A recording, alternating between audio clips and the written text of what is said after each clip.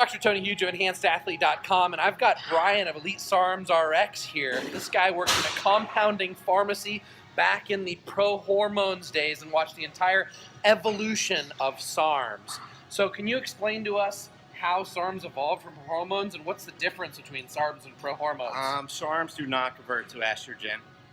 They bind to the androgen receptors. Especially for women, there is no androgenic effects, hair loss, deepening of voice. They work very well for women.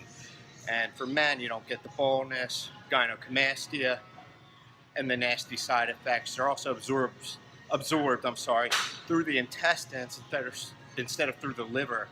So they're much less liver toxic. And I found that they have healing properties too. I have a bad knee. And within days of taking it, my brother actually said, hey, you're limping less. So I think they're great. They're actually fabulous for women, fitness athletes.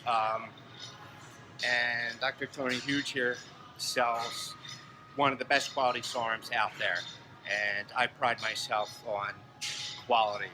And his are 100% COA, Certificate of Analysis.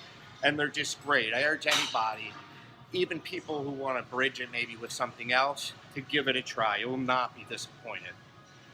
Real quick disclaimer, this is not medical advice. This is for informational, educational purposes only. Don't do anything that we say. This is exercising freedom of speech. I have political views someday. I'm hoping to make more of this stuff more legal and open. In the meantime, don't take anything without doctor supervision. They're not FDA-approved drugs. They may cause death or serious bodily injury. Given your experience, what is the difference between SARMs and steroids based on your personal experience? First of all, when you're taking something oral, for me, the first thing that goes away is your appetite because it's liver toxic. And a lot of people, when they get the liver toxicity... You're referring to the steroids, oral steroids? I was never a friend because it made me lethargic and it took away my appetite. And if you can't eat, you can't grow, okay? When I first tried the SARM, I was on a very low TRT dose. I wasn't training a lot. I got introduced to the SARM. I took it and I noticed a fuller feeling, a sense of well-being, strength increases, a little bit harder. You know, not the effect of like a D-ball or an Anadrol or anything like that, but you have to think the risk worth reward. When you're taking an Anadrol or a D-ball, you might not think it when you're young, but you're damaging your liver, you're running the risk of gyno, you're going to lose your hair, acne, stuff like this, and these things work great. You know, science has made great strides and leaps and bounds. So a lot of people were in their thinking of just doing the old school thinking. They have to get out of that and try things new. Who has used nearly every steroid that exists. He was a competitive power lifter. He's been on the scene for a long time. He's almost 50 years old. He runs a TRT dosage now, but he also uses SARMs on top of it. How much do they work compared to steroids? I mean, if I take Anadrol, I could put on 20 pounds in 1 month easily. A lot of that's going to be water, Tony. So you're really not putting on a true 20 pounds. When you take a SARM, you're going to get quality muscle gains and it's going to stick. And you're not going to feel lethargic. A lot of people feel lethargic passing around on orals.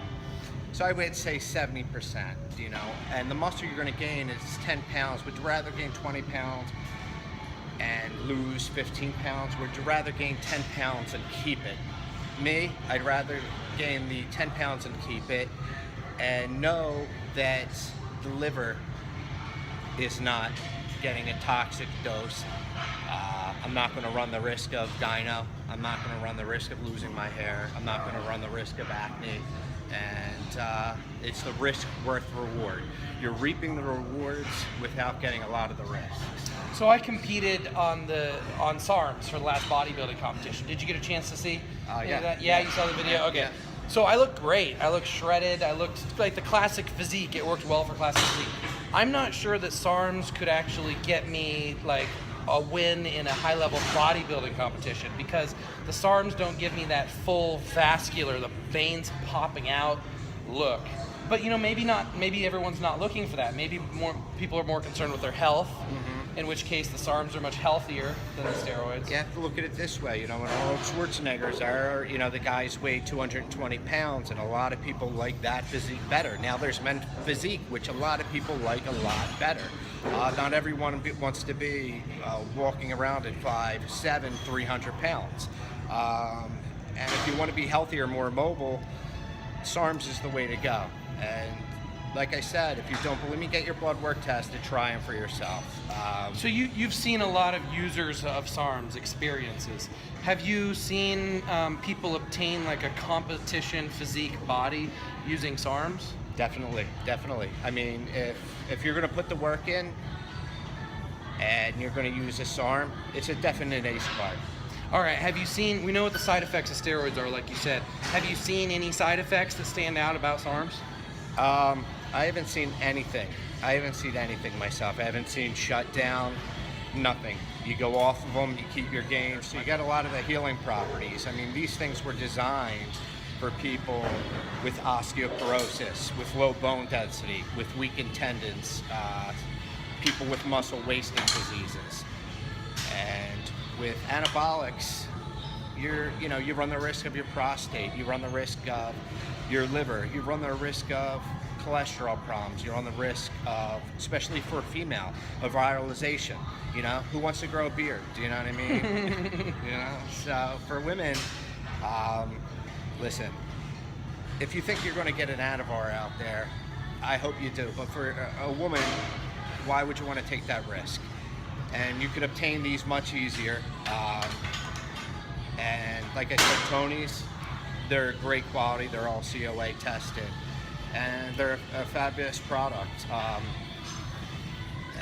And I think they're a thing of the future. I think there's something that's going to be around for a while, and I think they're only going to get better. Nutrition's kind of like only getting better. We're on the cutting edge. Like the people that are Exactly. using it now, or it's going to be like normal, commonplace, like multivitamins in the future until it gets banned by the FDA. Hey, listen, Yeah. we live in a free country. Not.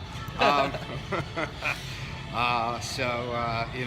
think people should have the choice. Who's to say that a vitamin C is okay to drink? Who's to say a beer is okay to drink, but you can't take a SARM?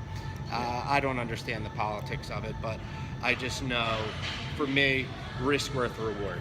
Yeah, so I think the summary is, and which you could also learn from my competition, is that I think SARMs get 90% of the people the body that they want. It accomplishes almost everybody's goal of getting just a super sexy, fit, muscular body without being like bodybuilder huge.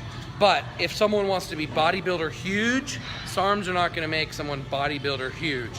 It takes taking much more risky supplements and risking the health more to get that bodybuilder huge, veins popping out look. But a lot of people also are they're considering doing a first cycle, and I don't understand why someone would start with a steroid cycle as their first cycle when they could start with a SARM cycle when their receptors are so sensitive to it anyways. Be swell and swole, my friends of freedom, pioneers of human evolution.